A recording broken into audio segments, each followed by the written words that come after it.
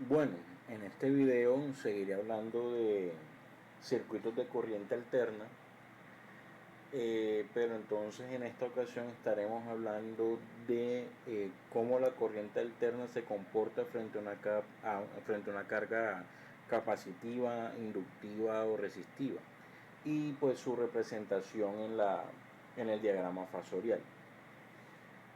Vamos a recordar un poquito entonces que pues los sistemas de los circuitos de corriente alterna se conocen como corriente alterna porque la fuente de voltaje realmente lo que va a hacer es entregar una señal senoidal, y que esta señal senoidal pues tiene un comportamiento que puede ser representado mediante un vector. Este vector normalmente lo llamamos fasor.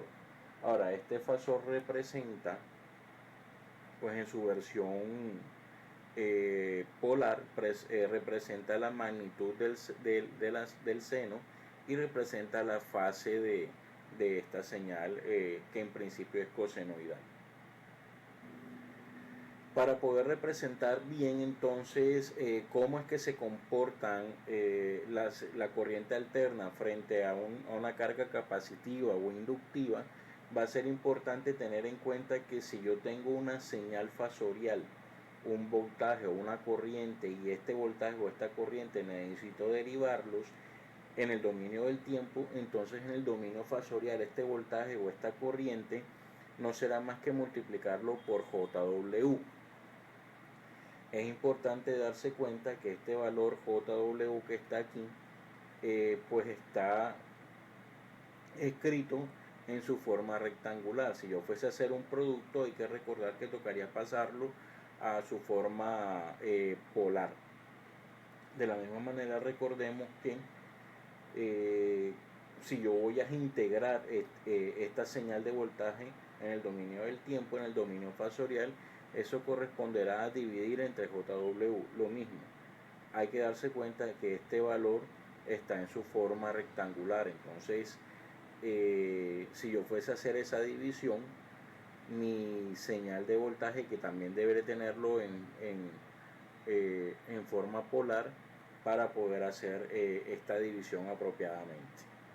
Bien, el diagrama fasorial básicamente lo que hace es representar el comportamiento del voltaje y la corriente de un circuito en un plano cartesiano, en donde el eje de las X solemos decir que es el eje real y el eje de la Y es el eje imaginario. Entonces, por ejemplo, miren aquí una señal de voltaje donde el vector de voltaje tiene una magnitud y tiene un ángulo. Este ángulo normalmente es con respecto al eje de las X, o más bien el eje real. Mientras que miren que este fasor de corriente tiene básicamente una magnitud similar a la del voltaje, pero su ángulo en este caso es un ángulo negativo. Entonces eso fasor estaría dibujado por debajo del eje real, pues teniendo en cuenta el valor del ángulo. Ahora, si yo establezco un voltaje, entonces dada la carga se establecerá una corriente, y esa corriente, debido al comportamiento de esta carga, es que asumirá un valor. Este valor de fase puede ser también positivo, o puede ser mayor que la fase del voltaje, o puede ser menor. Todo dependerá de las características específicas de la carga. Pues bien, entonces cuando yo tengo una señal o un circuito, y este circuito está siendo alimentado por una fuente de voltaje, y esta fuente de voltaje está alimentando en una resistencia, pues se generará una corriente. Aquí la estamos representando en el dominio del tiempo. Entonces esta corriente en el dominio del tiempo se puede representar en el dominio fasorial como IM ángulo de phi. Bueno, esa phi quedó como maluquita. Bueno, ahora sí, ángulo de phi. ¿Sí? Pero entonces dense cuenta que en el dominio del tiempo, pues yo, para hallar el voltaje, tendría que la corriente multiplicarla por la resistencia. Y la resistencia pues sigue siendo un valor meramente real. Si se dan cuenta, entonces en el dominio del tiempo, entonces esta señal de voltaje no será más que el valor de la resistencia por el valor de la corriente, pues por el coseno de WT más phi. Si llevamos esto al dominio fasorial, entonces miren que lo único que cambia es la magnitud de ese fasor de voltaje. La fase se establece igual, razón por la cual entonces el vector de voltaje no será más que un escalamiento del vector de corriente, pero el ángulo es el mismo. Siendo así, lo que uno debe decir es que la corriente y el voltaje frente a una carga resistiva se mantienen en fase. Es decir, la corriente no se adelanta ni se atrasa con respecto al vector de voltaje. De igual manera, si tenemos ahora, por ejemplo, que esta fuente de voltaje que establece una corriente está alimentando realmente, en este caso es un inductor, hay que recordar que la expresión que relaciona el voltaje con la corriente del inductor realmente relaciona el voltaje con la inductancia, pero con la derivada de la corriente. Entonces, si esta es la señal de corriente, este coseno que está aquí, pues al derivarlo se va a convertir en un menos seno, y pues por la derivada interna, que sería la W. Entonces esto que está aquí es la derivada de la señal de corriente. Ahora, los fasores siempre suelen trabajarse pues en el punto de vista del coseno. Entonces este menos seno, hay que convertirlo a un coseno, y esta identidad trigonométrica nos puede ayudar a eso. Por lo tanto, uno puede darse cuenta que entonces la señal de voltaje no va a ser más que W por L por la corriente inducida, ángulo de phi más 90. ¿Qué quiere decir esto? Que entonces resulta que en presencia de una corriente, entonces en las terminales del inductor se presentará un voltaje, pero este voltaje está 90 grados adelantado de la corriente. Independientemente del ángulo inicial de la corriente, el voltaje va a estar 90 grados adelantado. O lo que es lo mismo, si yo establezco un voltaje, la corriente se va a desfasar menos 90 grados. Es decir, la corriente está retrasada con respecto al voltaje. De manera similar, entonces, miren que la expresión que relaciona la corriente y el voltaje en un capacitor realmente relacionan la corriente con la capacitancia y la derivada del voltaje. Entonces, en este caso, vamos a asumir que la señal de entrada no es la corriente, sino que es el voltaje. Entonces, podemos decir que el voltaje es coseno de WT más phi, como lo dice aquí. Igual tendríamos que derivarlo. Un proceso muy similar ocurre, y entonces dense cuenta que aquí lo que estamos diciendo, al final lo que estamos diciendo es que fasorialmente es la corriente la que se adelanta con respecto al voltaje. Miren que ahorita era voltaje igual a un valor por la corriente. Aquí nos queda corriente igual a un valor por el voltaje. Este mismo fasor se podría decir entonces que es el voltaje va a ser igual al fasor de corriente dividido entre JW. ¿Sí? Entonces, cuando yo tengo esta situación, básicamente es que se establece un fasor de voltaje, y la corriente va a estar 90 grados adelantada a ese fasor de voltaje. O se establece una corriente, y entonces el voltaje resultante va a estar retrasado 90 grados con respecto a la corriente. Esto es muy importante tenerlo en cuenta, porque a la larga expresarlo, voltaje igual a corriente por un parámetro, es lo que nos lleva a una cosa muy importante, y es que es básicamente la ley de Ohm, pero en su forma fasorial. Entonces, en su forma fasorial, la ley de Ohm establecerá que el voltaje es igual a un parámetro Z por la corriente. Como en DC uno dice que el voltaje es igual a la resistencia por la intensidad de corriente, en este caso vamos a decir que es un parámetro Z. Ahora, este parámetro Z se va a conocer como impedancia. A manera de resumen, entonces uno puede decir que la impedancia para una carga resistiva no es más que el valor real de la resistencia. Noten que aquí la parte imaginaria es 0. Para una inductancia, entonces la impedancia no es más que JW por L. Noten que aquí la parte real es 0. Y para una capacitancia, entonces la impedancia no es más que 1 sobre JWC. De nuevo, aquí es 0. Ahora, también es importante expresar esta impedancia en su forma fasorial, y entonces en su forma fasorial la impedancia resistiva no sería más que Z igual a la magnitud de la resistencia ángulo de 0. Esto implica que realmente la impedancia resistiva no obliga a que la corriente se desfase. De igual manera, la inductancia entonces podríamos representarla en su forma polar como la magnitud de W por L, ángulo de 90 grados. Esto implica que la impedancia, cuando la corriente se multiplique por la impedancia, entonces el voltaje se va a adelantar 90 grados. Mientras que la impedancia capacitiva en su forma fasorial no va a ser más que la magnitud es 1 sobre WC, ángulo de menos 90 grados.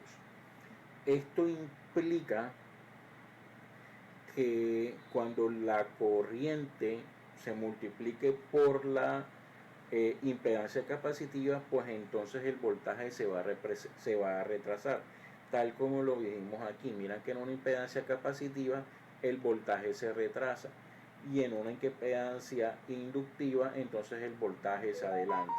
Básicamente eso es lo que se puede ver aquí cuando uno representa la impedancia no en su forma rectangular, sino en su forma polar. Como se pudieron dar cuenta, entonces la impedancia tanto en los inductores como en los capacitores depende de la frecuencia angular. Entonces miren que como en el inductor la frecuencia angular está multiplicando, si la frecuencia angular es 0, entonces la impedancia es 0, es decir, un cortocircuito. O si la frecuencia angular es muy grande, entonces la impedancia es muy grande, lo que se traduce en un circuito abierto.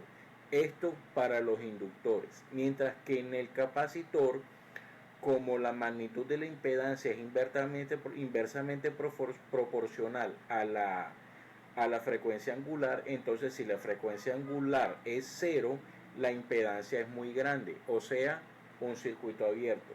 O si la frecuencia angular es muy grande, entonces la impedancia va a ser muy pequeña, es decir, un cortocircuito. Por otro lado, nosotros podremos tener entonces impedancias en serie, en paralelo y todo eso. Entonces, si yo tengo impedancias en serie, hay que notar primero que la ley de las tensiones de Kirchhoff, tanto en DC como en AC, se aplican igualito. Por ello es que cuando yo tengo impedancias en serie, pues se va a comportar igual que como resistencias en serie. Es decir, impedancias en serie para obtener una impedancia equivalente se suman. De la igual manera, entonces, cuando yo tengo impedancias en serie, yo puedo aplicar un divisor de tensión. Supongamos que no tenemos 2, sino que tenemos 3 o tenemos varias impedancias en serie. En general, yo el divisor de tensión lo puedo aplicar diciendo que el voltaje de la impedancia X, cualquiera que ésta sea, va a ser igual al voltaje de la fuente, siendo que esta es la fuente, por la impedancia que me interesa, dividido entre la impedancia equivalente. Recuerden que la impedancia equivalente sería la sumatoria. De forma similar, yo podré decir que cuando tengo impedancias en paralelo, entonces la impedancia equivalente se va a calcular igual que como se calculaban resistencias equivalentes en DC, y que la ley de las corrientes de Kirchhoff, tanto en DC como en AC, aplican igualito. De forma similar, entonces, el divisor de corriente aplica tanto en DC como en AC, solo que ahora diremos impedancia. Y siendo que solo tengo dos impedancias en paralelo, entonces la corriente de la impedancia que me interesa, por ejemplo en este caso la 1, no va a ser que la impedancia que la corriente de la fuente multiplicada por la impedancia que no me interesa sobre la sumatoria. A mí me gusta hablar de un caso general del divisor de corriente, y este caso general hace referencia a que yo pueda tener n impedancias. Entonces, si yo tengo n impedancias en paralelo todas ellas, la corriente de la impedancia X, cualquiera de estas impedancias que esté en paralelo, no va a ser más que la corriente de la fuente multiplicada por la impedancia equivalente dividida entre pues la impedancia que me interesa. Esto difiere algo de pero tengan en cuenta que cuando hablamos de divisor de tensión, arriba va la impedancia que me interesa y abajo va la impedancia equivalente, mientras que aquí en el divisor de corriente es al revés, arriba va la equivalente y abajo va la impedancia que me interesa. No pierdan de vista que la impedancia equivalente se calcula de esta manera. Este divisor de tensión aplica en general, mientras que este aplica solo para dos. Esa es la diferencia y eso es lo que hay que tener en cuenta. Bueno, este fue un pequeño video de introducción a circuitos de corriente alterna, y es importante también destacar que toda esta presentación, las imágenes, todos estos conceptos, incluso todas las ecuaciones que fueron utilizadas para esta presentación, fueron tomadas del libro de Fundamentos de Circuitos Eléctricos de Sádiku y de Alexander y Sadi. Bien, para complementar, vamos a resolver este ejercicio, el ejercicio 935 del libro de Fundamentos de Circuitos de Sádiku, en donde hay que notar que nos están pidiendo la corriente del circuito. Y pues bueno, tenemos tres elementos en serie que tendremos primero que convertir a impedancia y luego calcular la impedancia equivalente para luego poder calcular la corriente a través de la ley de Ohm. Entonces vamos primero a convertir estos elementos en impedancia, y lo primero que había que decir entonces es que la impedancia resistiva de ese resistor, la impedancia no es más que el valor real en ohms, mientras que la impedancia capacitiva, la impedancia de ese capacitor, como se puede observar aquí, no es más que menos J1 sobre WC, lo cual es menos J, en este caso noten que W es 200, entonces sería menos J1 sobre 200 multiplicado por la capacitancia, que noten que es 5 milifaradios, entonces aquí es 5 milifaradios. Por lo tanto, esa impedancia va a dar menos J. Vamos a utilizar una calculadora para hacer ese cálculo, y entonces diremos que eso es 1 entre, hay que abrir paréntesis, 200 multiplicado por la impedancia, la capacitancia, que es 5 a la menos 3, porque estamos hablando de milifaradios. Noten que ese valor da 1, es decir, la impedancia capacitiva es un ohm, totalmente reactivo.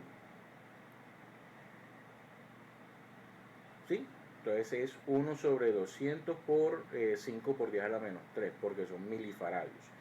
Listo, eso sería la capacitancia inductiva, capacitiva. Ahora nos toca calcular la impedancia inductiva, que sería, como lo notamos aquí, multiplicar por J por W por L.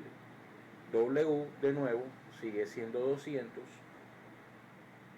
y en este caso el valor de la inductancia es 20 milihenrios, entonces esto es 20 milihenrios. Por lo tanto, esa impedancia nos va a dar, vamos a hacerlo en la calculadora, ya sabemos cuánto va a dar, pero vamos a hacerlo en la calculadora, sería 200 multiplicado por 20 a la menos 3, lo cual da básicamente 4. Entonces esta impedancia da 4 ohms.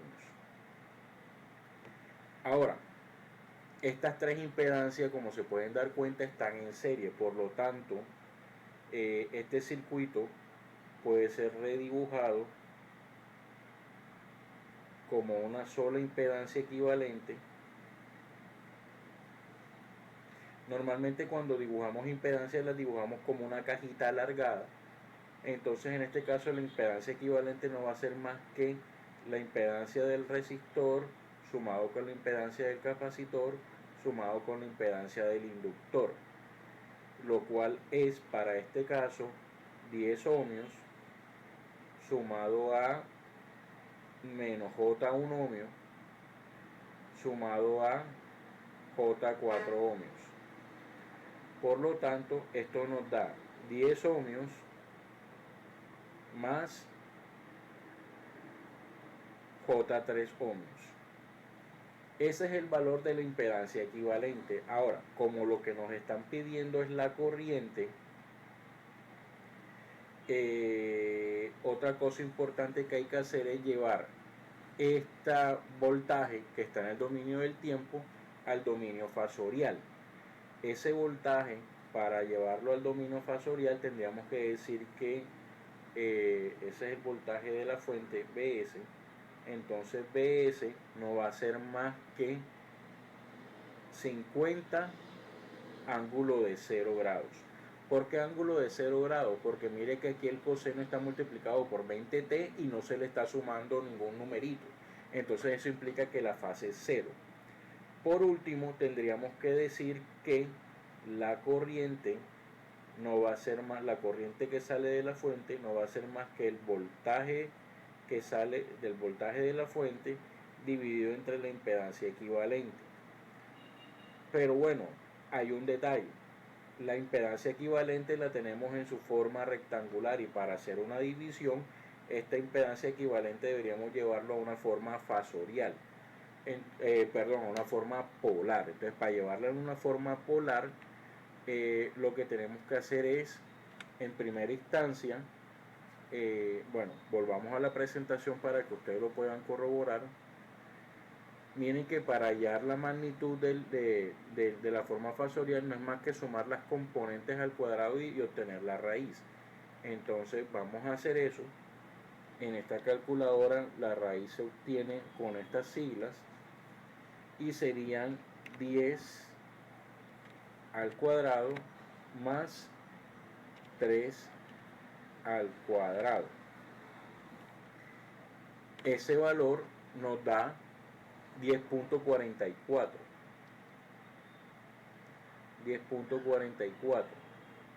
Y el ángulo, pues noten que para calcular el ángulo, miren que el ángulo se calcula con la tangente inversa de la parte imaginaria sobre la parte real.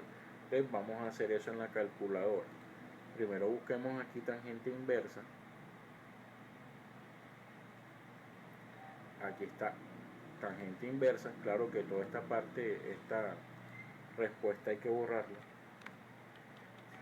Tangente inversa de la parte imaginaria. La parte imaginaria es 3 dividido entre la parte real, que es 10. Y esto nos da 16.69, 16.7 grados.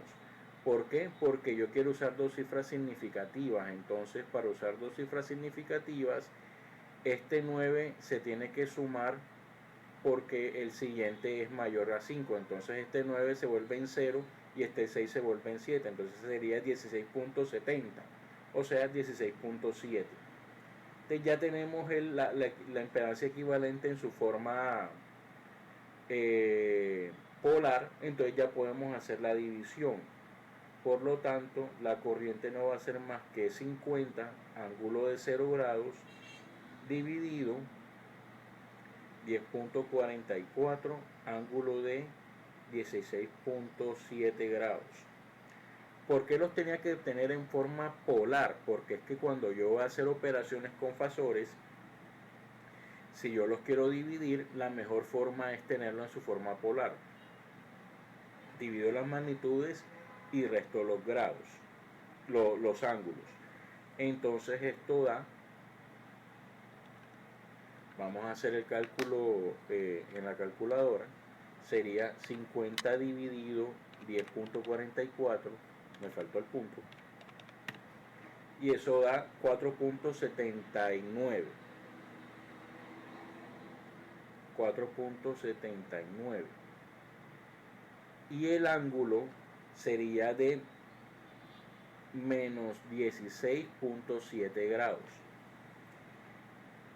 ¿Por qué el ángulo es de menos 16.7 grados? Porque bueno, como estoy restando los ángulos, el ángulo del numerador es 0 y el ángulo del denominador termina siendo negativo.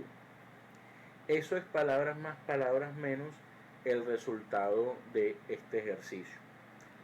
Solo para complementarlo un poquito más, vamos a hacer aquí pequeñito el diagrama fasorial. Entonces el diagrama fasorial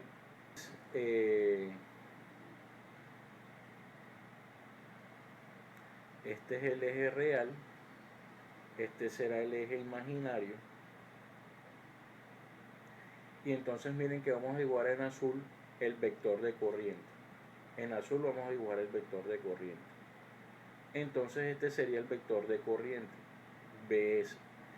En verde vamos a dibujar el vector el azul es el vector del voltaje y el vector de la corriente es este BS, que estaría dibujado aquí más o menos de este tamañito, y este angulito de aquí sería menos 16.7 grados, y este es el vector de corriente. Entonces así sería el diagrama fasorial. Esto es como para complementar.